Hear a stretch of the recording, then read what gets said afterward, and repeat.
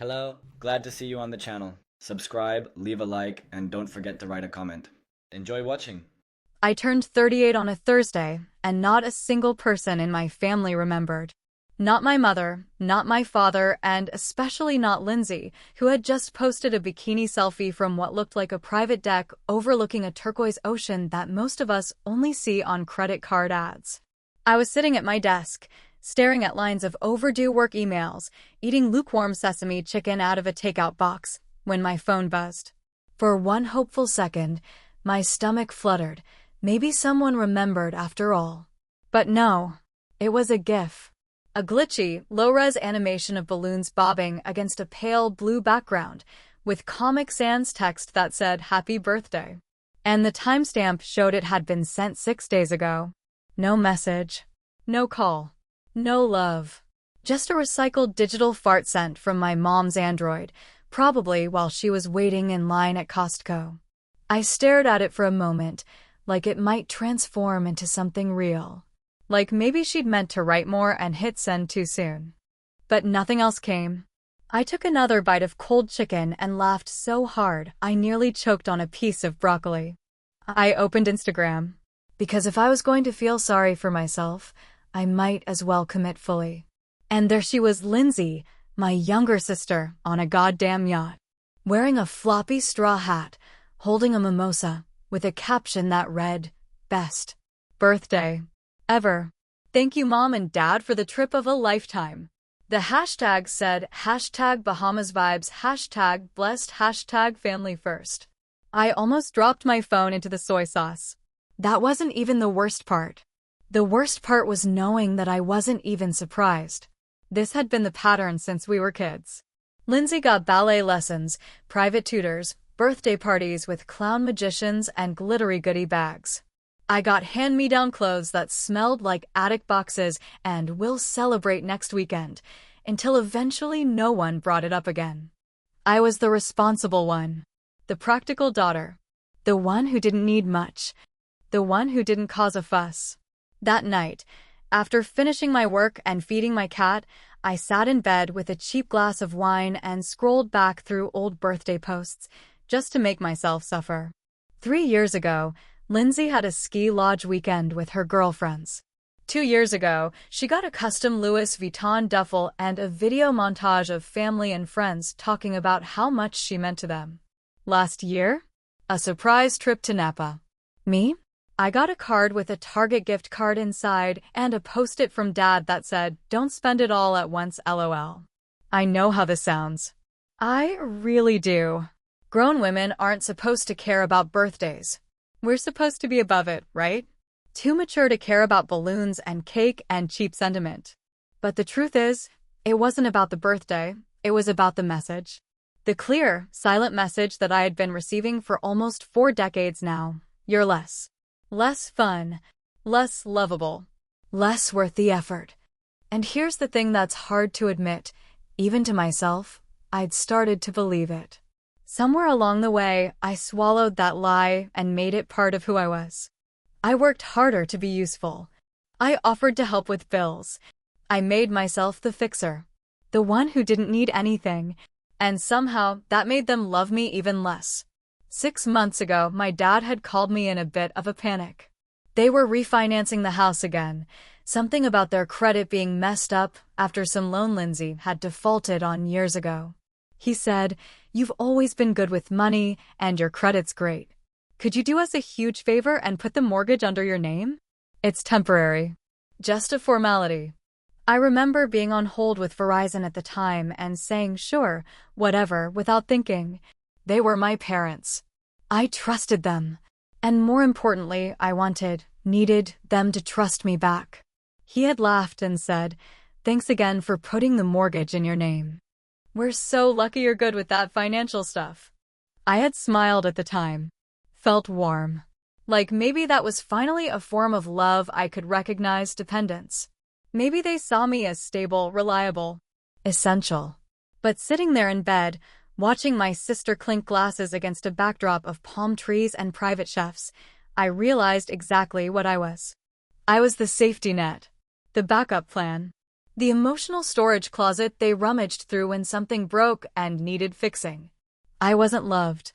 I was used. And the worst part? I let them. Until that night. Until the moment I saw that damn GIF. You know what's funny? I didn't even feel angry. I felt quiet. A cold kind of clarity that made everything suddenly make sense. My heart didn't pound.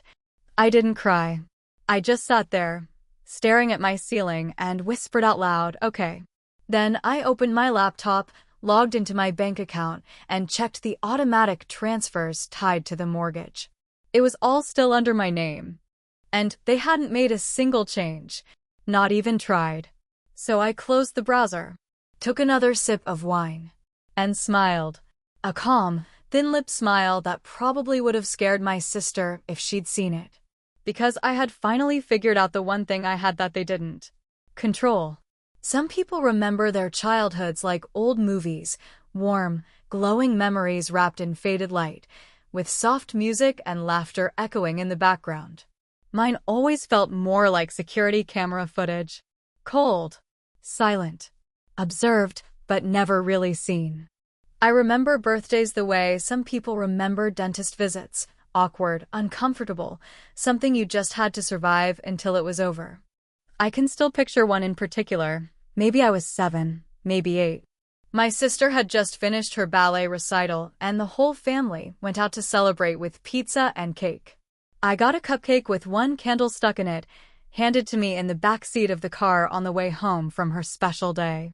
No singing. No presents. No mention of the fact that it was mine too. That kind of thing changes you. Not in one big, dramatic moment, but in quiet, repetitive ways that pile up over time. It teaches you not to expect much, and eventually not to expect anything at all. Lindsay got shiny new clothes, glittery backpacks, and braces with colored bands she could match to the holidays. I got her old jeans with a rip on the knee and shoes that pinched. I was told they were still good, and to be grateful we didn't throw them out. My mom always had a way of making even necessities feel like charity. I learned early that Lindsay was the star of the family, and I was the stagehand. She danced, I clapped. She cried, I cleaned up the mess.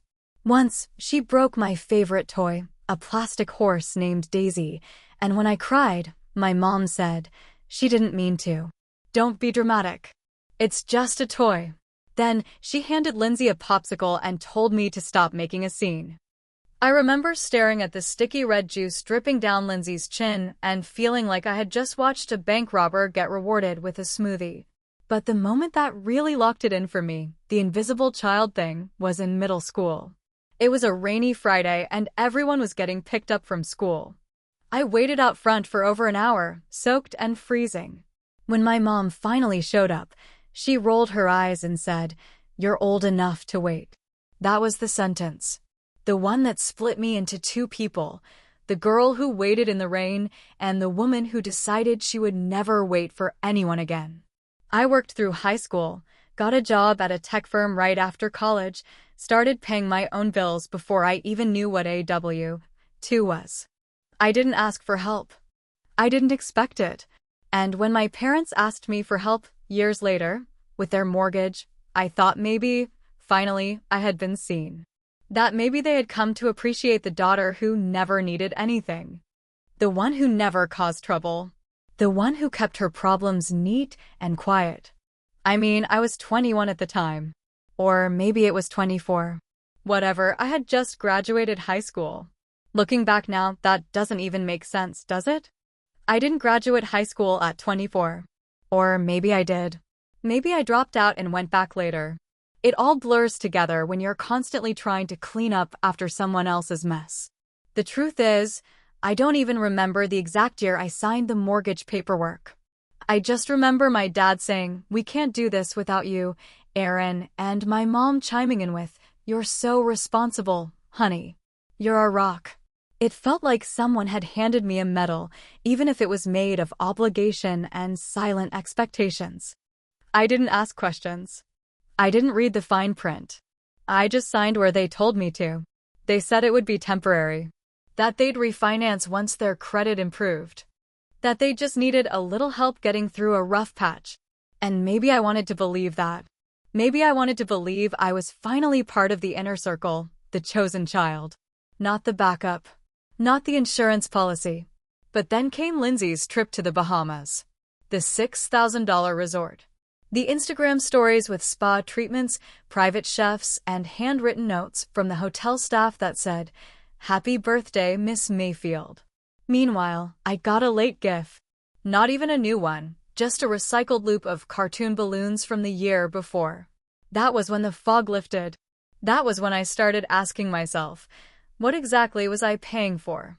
So I did what any tech-savvy, emotionally repressed 30-something would do. I logged into the mortgage portal. Username, still mine. Email confirmations, all going to my inbox. The payments, tied directly to my checking account. I sat there, blinking at the screen, trying to process what it meant. They hadn't refinanced. They hadn't removed me. They hadn't even tried. I'd been carrying the weight of that house on my back for years, and they never once mentioned it. And it wasn't about the money. I'm not rich, but I'm stable. I can afford a few $100s here and there without breaking. What broke me was the quiet lie. The assumption that I wouldn't check. That I wouldn't mind.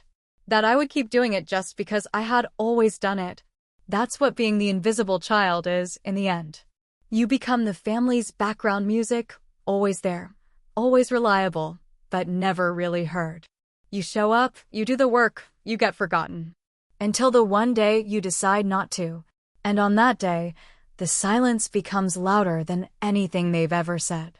The next morning I woke up with that particular kind of clarity that only shows up after a long, quiet storm has been brewing in your gut for years. Not a rage, not a tantrum, but something slow and deliberate like a locked vault finally cracking open. I got up, brewed coffee the way I always do, black, bitter, no sugar, and sat on the edge of my bed with the laptop resting across my knees. The screen's cold blue light catching just enough of my reflection in the dark window for me to feel a twinge of recognition. Not just of myself, but of who I had become.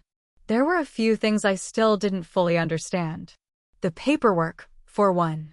The trail of digital breadcrumbs that had somehow led me from being a helpful daughter to being a silent co-signer and partial funder of my parents' damn house. And I wanted the truth, not the curated, polished version they would try to feed me if I asked directly. I wanted numbers. I wanted facts. And I knew exactly where to get them. So I called Jerry. Now, Jerry isn't some anonymous mortgage guy I found through Yelp. Jerry is an old friend. We went to college together, him studying finance, while I buried myself in computer science. We lost touch for a bit after graduation, but reconnected a few years ago when I helped him debug a nightmare of a client portal.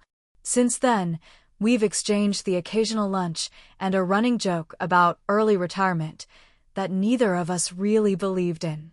Aaron Mayfield, he said as he picked up, clearly smiling through the phone.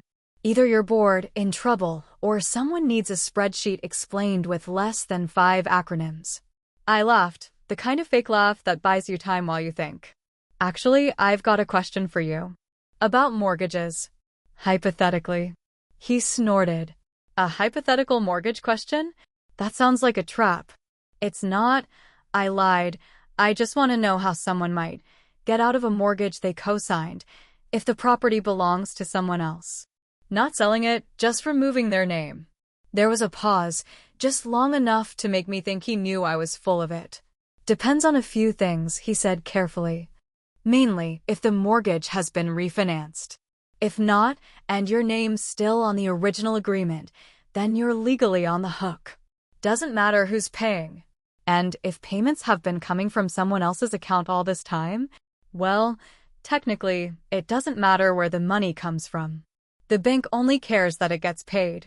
But if the person whose name is on the loan is making those payments, then they're actively assuming the debt, even if it wasn't originally theirs. I sat there, letting that sink in like oil slowly soaking into a rag. So, if, hypothetically, someone realized they were the one making the payments without even knowing it, what would happen if they, say, canceled that auto payment? Jerry exhaled slowly. Well, it would bounce. Bank would send a notice. Might trigger a penalty or a late fee. And if no one pays up fast, it gets reported. Credit score takes a hit. Eventually it goes to collections, depending on the terms. I thanked him, promised him a drink next time he was in town, and hung up. My fingers hovered over the keyboard again, and I pulled up my bank's payment dashboard. Everything he said matched what I was seeing. The withdrawals, labeled with the mortgage lender's name, were coming out monthly like clockwork, every first Friday, like some damn ritual I had unknowingly joined. The funny thing is, the total wasn't even that massive. My parents weren't living in some luxury villa, just a comfortable 3-bedroom in a quiet suburb, the kind of house that still has magnets from a defunct pizza place stuck to the fridge and that faint smell of lemon pledge in the air. But over the years, the payments added up. Sometimes they paid from their account. Yes, but not always. Sometimes it was me. A few hundred here, 600 there. Enough that I should have noticed. But I didn't because they didn't tell me, and I didn't ask. I called them. My dad picked up after 2 rings, cheerful in that fake way he uses when he's worried I might ask for something. Hey, kiddo. What's up? Just checking in, I said, keeping my voice light. How's the house? Everything okay over there? Oh yeah, we're great, he said, too quickly. No issues. You don't have to worry about that stuff. You've already done enough. Done enough. The phrase landed heavy, like a lid closing on a coffin. I hung up a minute later after a few more meaningless sentences and stared at the screen. They had no idea I was calling to confirm their lie. No clue that I already knew what they didn't want to say. They thought I would never check. That I was so used to being the invisible one, the helper, the background noise, that I wouldn't even notice they were still living off me. That I wouldn't care. That maybe, somewhere deep down, I still felt like I owed them. But I didn't. I stared at the auto payment toggle, the little blue switch that had quietly drained money from my account for years. And without thinking twice, I clicked it off. The screen refreshed. Payment canceled. Next due date? 3 days from now. I didn't answer the first call when it came, not because I was too busy, and certainly not because I didn't see it, but because I wanted the silence to grow thick enough to be noticed. Silence, after all, had always been my default setting, my armor, my currency, my shield. And now I wanted them to sit in it for once. I wanted it to ring in their ears like it had rung in mine all those birthdays, all those school events, all those lonely dinners where the only celebration was the sound of a microwave beeping behind me. When the call came through at 9:31 a.m. on the 4th of the month, I let it go to voicemail. Then came the text from my mother, "Hey sweetie, I think there's an issue with the mortgage. The bank called us. Call us when you get a chance, love you." As if a casual tone would soften the implications of what they were really saying. They had finally noticed the bill didn't pay itself. By 10:15, my father called again, and again at 10:23, followed by a third time before lunch. By the afternoon, they were taking turns. First her, then him, then her again. A group text. A forwarded email from the bank marked urgent. Payment rejected. The tone shifted quickly from friendly confusion to rising panic. Is everything okay with your account? Can you please fix this? We're not sure what happened. I thought this was already automated. Are you having money problems? As if that last one didn't reek of projection and irony. I ignored them for 2 full days. Went to work. Took long walks. Cleaned my apartment with a fury that might have scared a neighbor if they'd seen the way I scrubbed the kitchen tile grout on my hands and knees like I was trying to erase the past from between the cracks. I didn't feel guilty. I felt aware. Present. Every time my phone buzzed, I felt like I was holding a tiny piece of justice vibrating in my palm. And I wasn't ready to give it up just yet. On the 3rd night, I poured a glass of wine, something red and cheap and bitter enough to match my mood, and sat on the couch with my feet tucked under me, cat asleep nearby. When the phone rang again, I finally answered. I didn't say hello. I just tapped speaker and let them talk first. Aaron? My father's voice sounded thin, brittle, like he'd aged 10 years in 3 days. Thank God. We've been trying to reach you. Did something happen? The mortgage didn't go through. The bank said it was canceled. Did you cancel it? I sipped my wine and didn't respond right away. Let him sweat for a second longer. Well, I said finally, dragging the word out like I was stretching a muscle that hadn't been used in years. You told me I didn't need to worry anymore. Remember that? That I'd already done enough. A pause. Then my mother's voice, quick and sharp, cutting across like she'd snatched the phone from him. Sweetheart, we're just trying to figure out what's going on. We thought everything was fine. If we'd known you were, well, planning something. I wasn't planning anything, I said calmly, swirling the wine in the glass. I just realized I was paying for something I didn't own. Thought that was odd. You're making a scene, she hissed, and that's when I laughed, loud and long and hollow in the middle like a balloon losing air. Oh no, I said, this isn't a scene. A scene would be what Lindsay threw at her 16th birthday party when the wrong shade of pink was used on the cake frosting. A scene would be Dad yelling at me in the driveway because I didn't smile enough during Lindsay's graduation photos. This, I leaned forward, tapping my nail against the side of the glass, is a consequence. The silence on their end stretched wide and heavy. I could almost hear their thoughts shifting, the slow realization that I was not going to fix this for them. Not this time. You don't understand, my mother said finally, with that voice she uses when she wants to sound like the victim of the story. We've always appreciated you, things are complicated. So were my birthdays, I said. Like the one where you took Lindsay to Disneyland, and I stayed home with a frozen pizza and a $10 bill taped inside a card with someone else's name crossed out. Or the time I got left at school in the rain. Or how about every Christmas you said I was easier to shop for, so I got a pair of socks while Lindsay opened up a new iPad. Do you want me to keep going?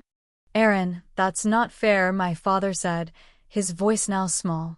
No, I said, what wasn't fair was me paying for your house while you acted like I didn't exist unless something needed fixing. What wasn't fair was letting me believe I mattered only when I was useful. They started to protest, talking over each other, their words stumbling into apologies that never actually included the word sorry. They used phrases like we didn't mean to and you've always been special to us, but none of it landed. It was all just dust kicked up in a panic. Then Lindsay joined the call, how, I don't even know, and her voice rang out like a siren on a sinking ship. You're psycho, she said. You're seriously going to let Mom and Dad lose their house over this? Just because you didn't get a damn cake. I didn't answer her. I didn't owe her a single word. Instead, I tilted my head and stared at the wine like it was a mirror. Then I smiled, not because it was funny, but because it was finished. You always wanted a vacation house, right? I said, calm as ever. Maybe you can Airbnb your furniture while the bank repossesses your home. And with that, I tapped the red button on my screen and ended the call. It took less than a week for them to recover, at least financially, from the blow I delivered with one quiet click and a long pause on the other end of a speakerphone call that had been waiting 38 years to happen. I imagine there was a flurry of panic behind the scenes, my parents scrambling to borrow from savings or maybe calling in a favor from some distant friend who still believed the golden family image they'd curated over decades. Whatever the solution, it must have cost them something, not just money, but comfort. I knew that because when the envelope arrived, there was no handwriting on it, no post-it stuck inside, no phone call to follow. Just a cold packet of legal paperwork printed on standard office paper, detailing my removal from the mortgage and their new arrangement with the bank. No, thank you. No, we're sorry. Just sterile detachment, the kind they always showed when something inconvenient needed to be tidied up quietly. I sat at my kitchen table with the envelope open beside me, reading every word twice, not because I didn't understand, but because part of me didn't want to believe it had ended like this. That after everything, their final gesture wasn't closure or conversation or even confrontation, it was erasure. I wasn't their cosigner anymore. I wasn't a financial backstop. I was just a ghost of responsibility they had finally shaken off. I didn't cry. but I did feel something that might have been sadness if I'd let it grow large enough. Instead, I got up, went to the drawer with my old photo albums, and flipped through them until I found the picture I knew I'd kept, the one that had never made it into a frame. I was 11. Sitting at the kitchen counter in our old house, a single cupcake on a chipped plate in front of me. A candle, already half melted, leaned sideways like even it was tired. No balloons. No party. No arms wrapped around me. Just a slice of fluorescent light from the ceiling and the faint shadow of my mother's elbow walking out of the frame. I scanned it, cropped it, and posted it on my page with a caption that said everything I needed it to. Thanks for the memories. The likes came fast, mostly from people I hadn't seen since high school, coworkers, a couple distant cousins. Some of them probably thought it was a joke, a throwback, some quirky retro moment. Others probably knew what that kind of image meant, knew what it stood for, knew that a photo like that doesn't need a punchline, it is the punchline. 2 days later, I got the email from my father. Long, formal, full of tight, composed sentences that reeked of restraint and polite disappointment, the way a school principal talks when they don't want to swear in front of a parent. There was no apology, no real question either. Just lines like, "We never thought you'd be the kind of person to do this," and "family means sticking together, even when things aren't perfect." The word loyalty was used 3 times. The word forgiveness twice. And my name only once, right at the end, when he signed it Love, Dad. I didn't reply. Not because I was angry, though I probably still was, but because there was no point. The version of me he was writing to didn't exist anymore. She had grown up. She had waited long enough. She had stepped aside, swallowed her feelings, paid her dues, and been forgotten one time too many. There was nothing left to say to someone who still believed they were the injured party just because the person they used finally stopped cooperating. A week later, I found myself in their neighborhood. I didn't plan it. I was just driving, trying to clear my head, and somehow the car turned left instead of right. The streets looked the same, but smaller, like someone had folded the whole block in half and ironed it flat. The maple tree out front of their house was still shedding leaves into the gutter. The porch light still flickered like it had a nervous tick. But the real difference was the white wooden post staked into the lawn. For sale. Black block letters on a clean whiteboard. It didn't have the red sold tag yet, but it was only a matter of time. Maybe they couldn't afford to stay without my help. Maybe they didn't want to live in a house where my name had once been printed in ink on every bank statement. Maybe the guilt was finally too heavy, though I doubted that one most of all. I parked 2 houses down, lit a cigarette from the emergency stash I kept in the glove compartment, something I only touched when I was too nervous or too nostalgic to care, and watched the windows from behind the tinted glass. I imagined them inside, packing boxes, arguing over what to keep and what to leave. I wondered if Lindsay was helping, or if she had found some excuse to stay conveniently distant while everything collapsed. Maybe she was busy posting about self-care and healing while my parents tried to tape up their regrets with cardboard and duct tape. I didn't feel guilty. Not exactly. But there was a sting. A small one. Like pressing on a bruise you forgot was there. I took a long drag, the smoke biting the back of my throat, and thought about what I'd done, not just the mortgage, but the years before it. The silence I kept. The parts of myself I'd clipped and hidden to stay useful. The birthdays I'd let them forget. The calls I never made, the truths I never said out loud until now. Do you think I went too far? I mean, I only gave them what they gave me. Just with interest.